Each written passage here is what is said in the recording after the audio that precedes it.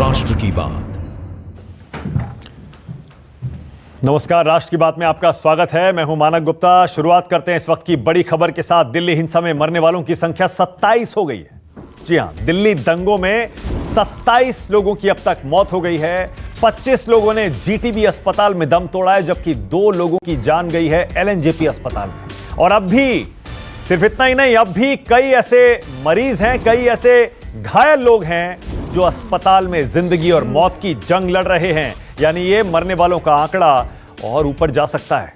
दिल्ली, देश की राजधानी, 3 दिन से जो दंगे हुए हैं, जो हिंसा हुई है, उसमें 27 लोग मारे जा चुके हैं। 27। इसी पर और जानकारी के लिए अब पल्लवी जुड़ गई है मेरे साथ। पल्लवी, क्या खबर है आपके पास? जी देखिए मानक जी, जिस तरीके से अभी खबर आई है कि अभी तक जो है 27 लोगों की मौत हो चुकी है, जिसमें कि 25 जो है सिर्फ और सिर्फ जीटीबी अस्पताल से हैं। हालांकि कई क्रिटिकल पेशेंट अभी भी हैं और डॉक्टर ने अभी थोड़ी देर पहले ही कहा था कि जिनको गन शॉट लगा है वो काफ़ी ज़्यादा क्रिटिकल हैं। ऐसे 30 ऐसे मरीज हैं जो कि अभी भी क्रिटिकल कैटेगरी में हैं और अभी भी ये कहना कि खतरे से बाहर है, ये नहीं कहा जा सकता है। ऐसे में हो सकता है कि डेथ टोल जो है वो और भी राइज करे। हालांकि तमाम डॉक्टर्स जो हैं वो निगरानी कर रहे हैं, लेकिन जिस तरीके से स्थिति बनी हुई है जाहिर तौर पर चिंताजनक है सभी के लिए। और अस्पतालों पर काफ़ी ज़्यादा प्रेशर भी है, क्योंकि जीटीबी अस्पताल में सिटी स्कैन का जो मशीन है वो काम नहीं कर रहा है। पिछले 1 महीने से बाहर से बुलाया गया, कुछ जगहों पर जो पेशेंट्स हैं उनको ट्रांसफ़र भी किया गया है, कुछ प्राइवेट हॉस्पिटल में ट्रांसफ़र किए गए हैं। जब हम दोपहर के वक्त में रिपोर्टिंग भी कर रहे थे मानक जी, तो एक कांस्टेबल काफ़ी बुरी हालत में आए थे, लेकिन चूंकि वहां सिटी स्कैन नहीं था इसलिए उनको दूसरे मैक्स हॉस्पिटल में रेफर किया गया। पल्लवी, जाहिर है दिन भर आज भी मरीज आते रहे, घायल लोग आते रहे, लेकिन आप जो बता रही हैं खबर वाकई परेशान करने वाली है। ब्रेकिंग न्यूज इस वक्त की, दिल्ली में 27 लोगों की मौत हो चुकी है। मेरी सहयोगी पल्लवी बता रही हैं करीब 30 लोग ऐसे हैं, 30, जी हां 30 लोग ऐसे हैं जो अभी भी जीटीबी अस्पताल में बंदूक की गोली से घायल होकर मौत की जंग लड़ रहे हैं और क्रिटिकल हैं इस समय। उनकी हालत नाजुक है। 30 लोगों की हालत नाजुक बताई जा रही है। जरा सोचिए, ये आंकड़ा अगर बढ़ा तो कितना बढ़ेगा। बहुत शुक्रिया पल्लवी इस जानकारी के लिए। राष्ट्र की बात शुरू करते हैं। उत्तर पूर्वी दिल्ली में हिंसा से मौत का आंकड़ा 27 पहुंचा है। पुलिस और अर्धसैनिक बलों के एक्शन में आने के बाद आज हालात सामान्य दिखे। सामान्य होते हालात के बीच आज सियासतदान और जिम्मेदार पदों पर बैठे लोग हरकत में आए हैं। राष्ट्रीय सुरक्षा सलाहकार अजीत डोभाल कल रात से ही हिंसा वाले इलाकों की गलियों में घूम रहे हैं। उन्होंने लोगों से हालचाल पूछा, हालात की समीक्षा की और गृह मंत्री अमित शाह को रिपोर्ट सौंपी। केंद्र सरकार ने हिंसा का शिकार बने हेड कांस्टेबल रतनलाल को शहीद का दर्जा दिया और बीजेपी ने उनके परिवार को 1 करोड़ की मदद का ऐलान कर दिया। कांग्रेस भी आज हरकत में आती दिखी। कार्य समिति की बैठक हुई। सोनिया ने केंद्र सरकार पर हमला बोला, प्रेस कॉन्फ्रेंस की, गृह मंत्री को जिम्मेदार बताते हुए इस्तीफे की मांग कर दी और देर शाम प्रियंका गांधी की अगुवाई में शांति मार्च भी निकाला गया।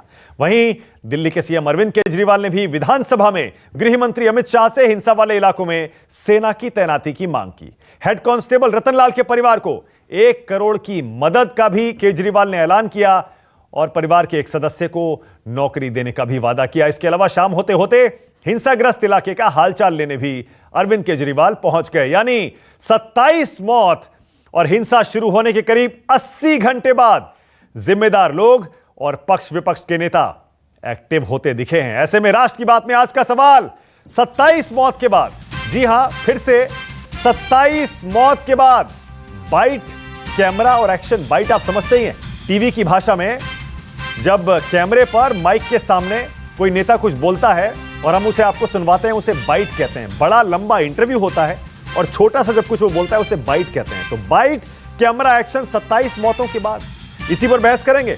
लेकिन पहले जरा सुनिए आज सड़कों पर उतरे नेता और अधिकारी क्या बोले। हम इसलिए आए क्योंकि हम गृह मंत्री जी से इस्तीफा मांगना चाह रहे हैं। गृह मंत्री जी की जिम्मेदारी है कि देश की राजधानी में शांति हो।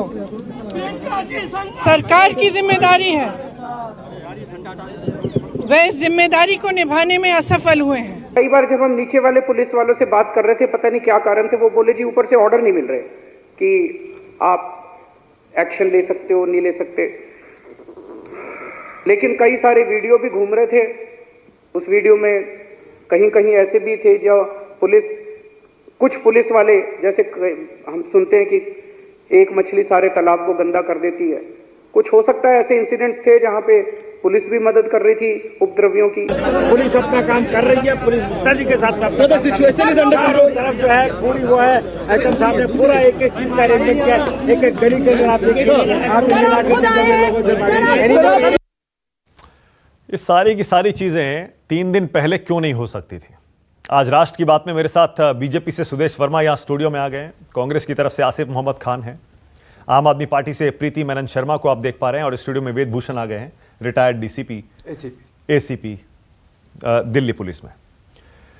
जाहिर है बहुत गंभीर आज माहौल है दिल्ली का, और सबकी आंखें नम है, सबके दिल में दर्द है। 27 लोग अपनी जान गंवा चुके हैं। और सुदेश वर्मा, मेरा पहला सवाल इसीलिए आपसे है क्योंकि दिल्ली पुलिस और राजधानी की कानून व्यवस्था आपकी जिम्मेदारी है, आपकी केंद्र सरकार के तहत आती है। ये जो NSA अजीत डोभाल, जिनको जेम्स बॉन्ड कहा जाता है, 007 कहा जाता है, ये 3 दिन पहले क्यों नहीं उतर सकते थे सड़कों पर? अब जबकि 27 लोग मर गए, 30 अपनी जिंदगी और मौत के लिए अभी भी लड़ रहे हैं जिंदगी बचाने के लिए अस्पताल में, और भी पता नहीं कितने घायल हैं, कितने करोड़ों अरबों का नुकसान हो गया, कितने घर तबाह हो गए। अब जाके वो क्यों उतर रहे हैं? पहले क्यों नहीं उतरे? ये सब होता ही नहीं, पुलिस पहले क्यों नहीं एक्शन में आई? मानक जी, सबसे पहले ये जो मौत का तांडव एंटी-सीए के प्रोटेस्ट में हो रहा है, ये किसी भी समाज के लिए गर्व का विषय नहीं हो सकता।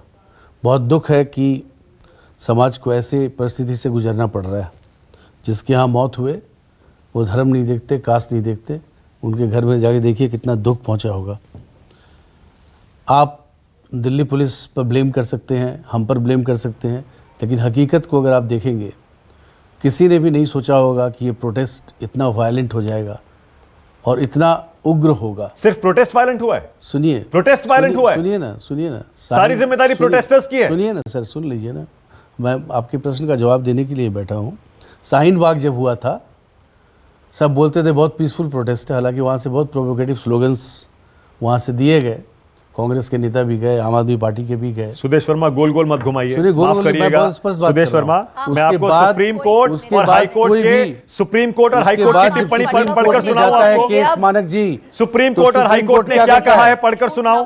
हाई कोर्ट ने क्या कहा, ये बताइए। हाई कोर्ट ने क्या कहा? पहले सुप्रीम कोर्ट पुलिस की निष्क्रियता के बारे में जज कह रहे हैं, मैं कहना चाहता हूं, अगर मैं ये नहीं कहूंगा अपने कर्तव्य का निर्वहन नहीं करूंगा। अभी तक कोई एक्शन पुलिस की तरफ से इस मामले में स्वतंत्रता और प्रोफेशनलिज्म की कमी रही। इसका क्या गारंटी है? पुलिस की तरफ से स्वतंत्रता और प्रोफेशनलिज्म की कमी रही। और क्या पुलिस ये सुप्रीम कोर्ट कह रहा है, पुलिस हाई कोर्ट सुनवाता हूं। पुलिस हाई कोर्ट कह रहे हैं हिंसा भड़काने वालों पर FIR जरूरी नहीं है क्या? कोर्ट तो एक्शन, हाई कोर्ट के जस्टिस मुरलीधर कह रहे हैं, कोर्ट तो खुद चुप हो गई, सुप्रीम कोर्ट बाकायदा कपिल मिश्रा का बयान प्ले किया गया कोर्ट में, वो कह रहे हैं क्या ये जरूरी नहीं है कि FIR होनी चाहिए?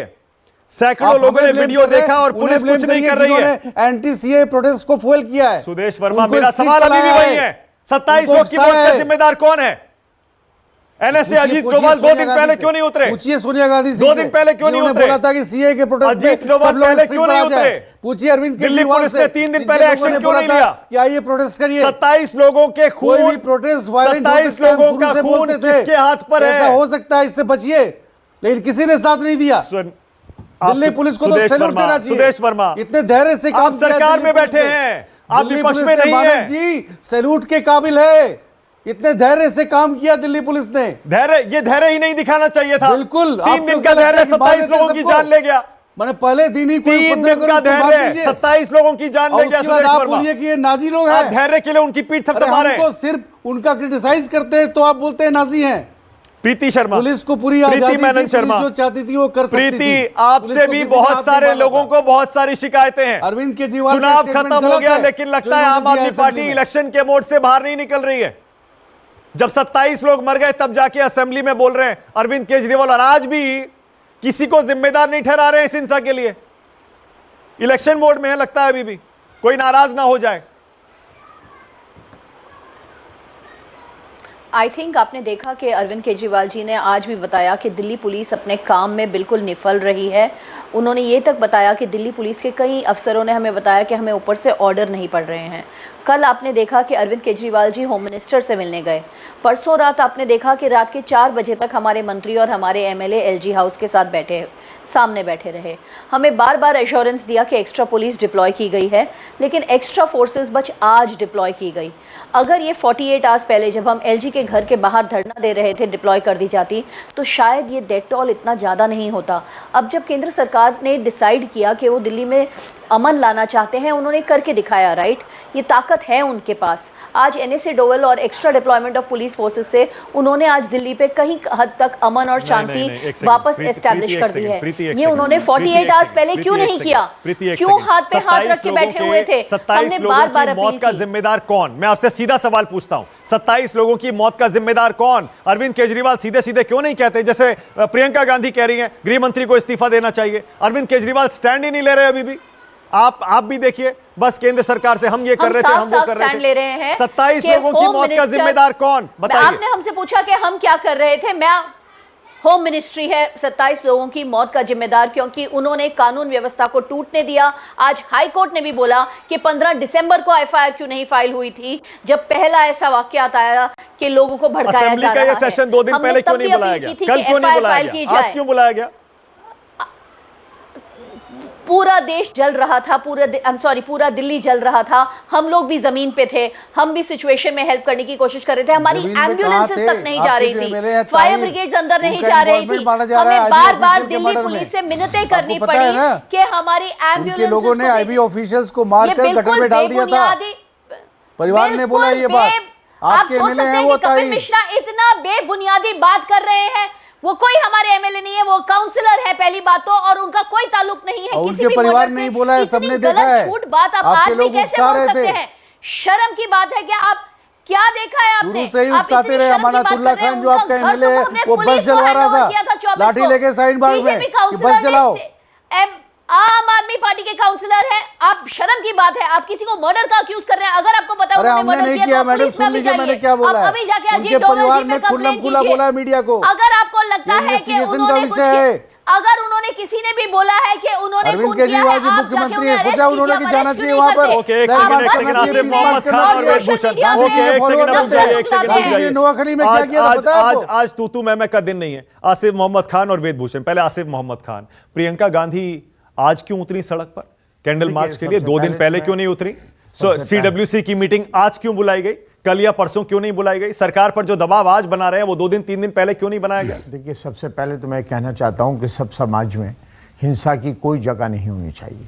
हमारे आपसी इख्तलाफात हो सकते हैं, सियासी इख्तलाफात हो सकते हैं, लेकिन आज जो दिल्ली के हालात हैं या इस मुल्क के हालात हैं, हमें बहुत संजीदगी से इस मैटर को हमें देखना चाहिए और इसके बारे में बात करनी चाहिए। क्या देखना चाहिए सर? 27 लोग मर गए, 30 अभी भी जिंदगी और मौत बिल्कुल बिल्कुल मैं आपसे इत्तेफाक करता हूं। मैं बिल्कुल आपसे इससे ये दिल्ली पहले जैसी दिल्ली रहेगी इस घटना के बाद? बिल्कुल नहीं है, ये बिल्कुल इंसानियत के खिलाफ। 84 आज तक भूल पाए क्या लोग? बिल्कुल, आज हाई कोर्ट ने कहा ये बात, बड़े गौर करने वाली बात है। उसने कहा कि अब पर नेता सिर्फ 3 दिन बाद सब हो गया जब तब उतरे हैं सड़क पर। देखिए, मजबूरन हाई कोर्ट ने कहा कि हमें इंटरवीन करना पड़ेगा, हम तमाशबीन बनके नहीं ये कैंडल मार्च प्रियंका गांधी ने 2 दिन 3 दिन पहले क्यों नहीं निकाली? सीडब्ल्यूसी की मीटिंग कल या परसों क्यों नहीं बुलाई? सरकार पर आज जो इतना दबाव बनाया प्रेस कॉन्फ्रेंस करके, ये कल या परसों या उससे एक दिन पहले क्यों नहीं बनाया? जब कांग्रेस पार्टी इन इश्यूज पे बोल रही थी, तब मीडिया ये बात कटघरे में खड़ा कर रहा था कि लोगों को प्रोवोक कर रहे हैं, लोगों को भड़का रही है कांग्रेस।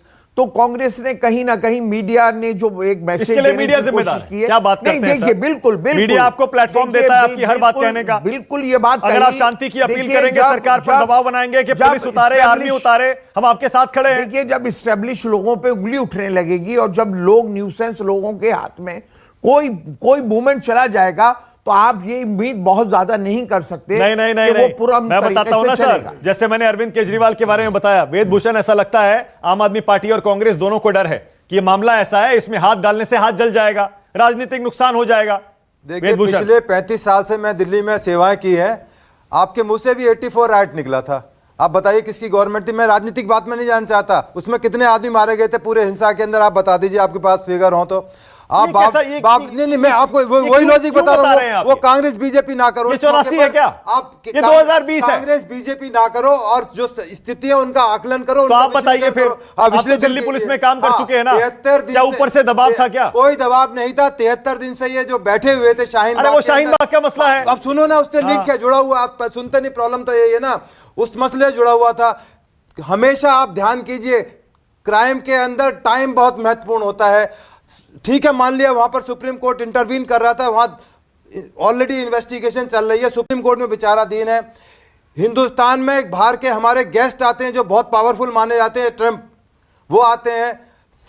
जाफराबाद के अंदर शांतिपूर्वक प्रदर्शन चल रहा था, कोई प्रॉब्लम नहीं थी। अचानक उसी रात को 1:30 बजे वो महिलाएं जो पटरी पर बैठी हुई थी सड़क पर आ गई। क्यों आ गई? क्योंकि एक मैसेज देना था कि हिंदुस्तान के अंदर पर्टिकुलर कम्युनिटी के लिए ना तो पुलिस कुछ कर रही है, ना इसको सरकार। अगर वो सड़क पर आ गई, स्पॉन्सर्ड प्रोग्राम सड़क पर आ गए, यस, ये प्रोग्राम तो पुलिस उनको हटाए, पुलिस उनको हटाए या फिर प्रो सीए लोग आकर उनसे भिड़ जाए? जामिया में जाए, जिम्मेदारी है। जब जामिया में जाए आप बोलो कि जी पुलिस बड़ी क्या बात कर रहे हैं आप? पर अब क्या बात कर रहे हैं? जेएनयू में जाए, जामिया में जाए, आप लाइब्रेरी में पुलिस वाले पीट रहे हैं। क्या लॉजिक है ये? क्या लॉजिक है इसका? मतलब पुलिस पीछे हट गई और उसने प्रो सीए प्रोटेस्टर्स को एंटी सीए प्रोटेस्टर्स से भिड़ने का मौका दे दिया। Police is a professional. इसका मतलब पुलिस पीछे हट गई? नहीं, लड़ो। आप देखो फायरिंग करो, एक दिन में फायरिंग हो गई क्या? अचानक कट्टे आ गए, 27 आदमी मर गए, एक दिन में तैयारी हो गई। मतलब एक दिन में तैयारी हो गई। इतनी नाकारा है, एक दिन में तैयार हो गया, इतनी नाकारा है, 1 घंटे में तैयार हो गया। दिल्ली पुलिस इतनी नाकारा है, 27 आदमी मर गए, 3 दिन दंगे होते रहे, 3 दिन में काबू नहीं कर पाए। आप तमाम 2020 में देश की राजधानी की पुलिस वालों पे अटैक 3 हुआ दिन है, तक दंगे काबू नहीं कर पाई। करनी चाहिए कि पुलिस पर अटैक क्यों हुआ, वर्दी के ऊपर। कल को आप भी सुरक्षित नहीं रहेंगे, हम भी सुरक्षित नहीं रहेंगे। पुलिस पे अटैक कर रहे हैं, 2 डीसीपी आईपीएस ऑफिसर अस्पताल में। छोटा सा ब्रेक लेना पड़ेगा, राजनीति की बात कर रहे हैं, छोटा सा ब्रेक लेना पड़ेगा। लेकिन बहुत सारे रिटायर्ड पुलिस अफसर पूरे देश से, बल्कि दुनिया भर के कहते हैं कि अगर पुलिस डिसाइड कर ले, अब जबकि दिल्ली के दंगों में 27 लोग मारे जा चुके हैं और अभी भी 30 तो ऐसे हैं जो क्रिटिकल हैं। जीटीबी अस्पताल की सिर्फ बात कर रहा हूं, बाकी और पता नहीं कितने लोग और घायल हैं। मरने वालों का आंकड़ा जाहिर है बढ़ने की पूरी आशंका है। सुदेश वर्मा, कम से कम इतना तो मान लीजिए देरी हुई है। 3 दिन बाद जाकर पुलिस एक्शन में आ रही है, शूट एट साइट के ऑर्डर दिए जा रहे हैं, कर्फ्यू लगाया जा रहा है, एनएसए डोवाल सड़क पर उतरे हैं 3 दिन बाद। मानक जी, हम लोग सबको, हमारी प्रायोरिटी क्या है? कांग्रेस की तरह ये क्वेश्चन नहीं पूछना कि कहाँ फेलियर हुआ, कहाँ क्या हुआ, कौन दोषी। अभी प्रायोरिटी है कि मामला शांत हो। और अजीत डोभाल जी ने जो आज किया है, जो होम मिनिस्ट्री ने स्टेप लिया है, उसको अप्रिशिएट करना चाहिए।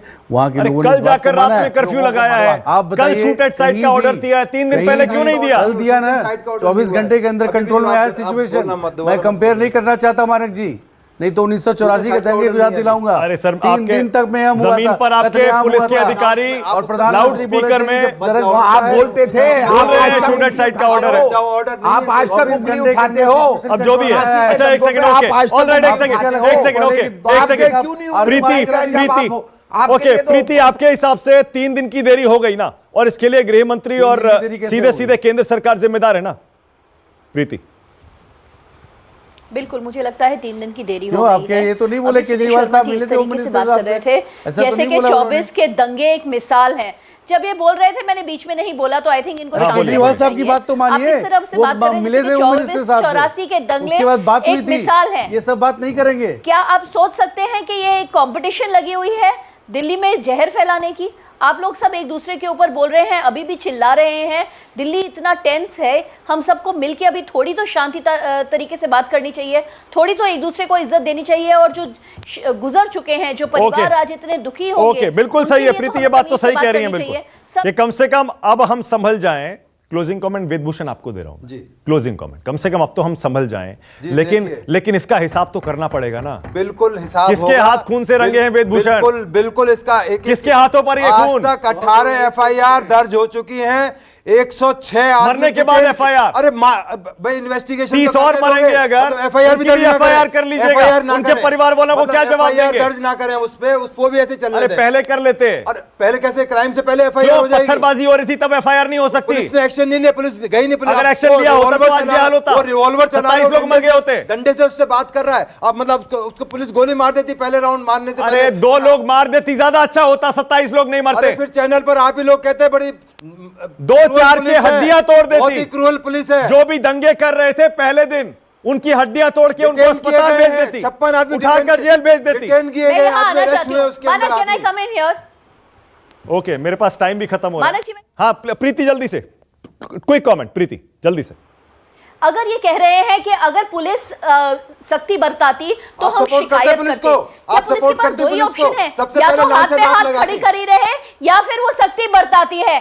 आज क्या किया पुलिस ने? ना सख्ती बरताई, ना वो हाथ पे हाथ धरे रहे, बस क्योंकि वो जमीन पे उतरे, राइट्स रुक चुके हैं। Okay. पुलिस में ये काबिलियत भी है। Alright. जरूरी मेरे पास नहीं टाइम है, खत्म हो गया जरूरी है। नहीं मेरे पास टाइम खत्म हो गया है, लेकिन हम तो यही उम्मीद करते हैं कि कम से कम जिन परिवारों ने के मौके पर आके देखिए अपने सगे खोए हैं उनको इंसाफ जरूर मिलना चाहिए और पता लगना चाहिए आखिर ये देरी कहां हुई और क्यों हुई। बहुत बहुत शुक्रिया राष्ट्र की बात में आ जाने के लिए आप सबका। छोटा सा ब्रेक के बाद खबरों का 2020।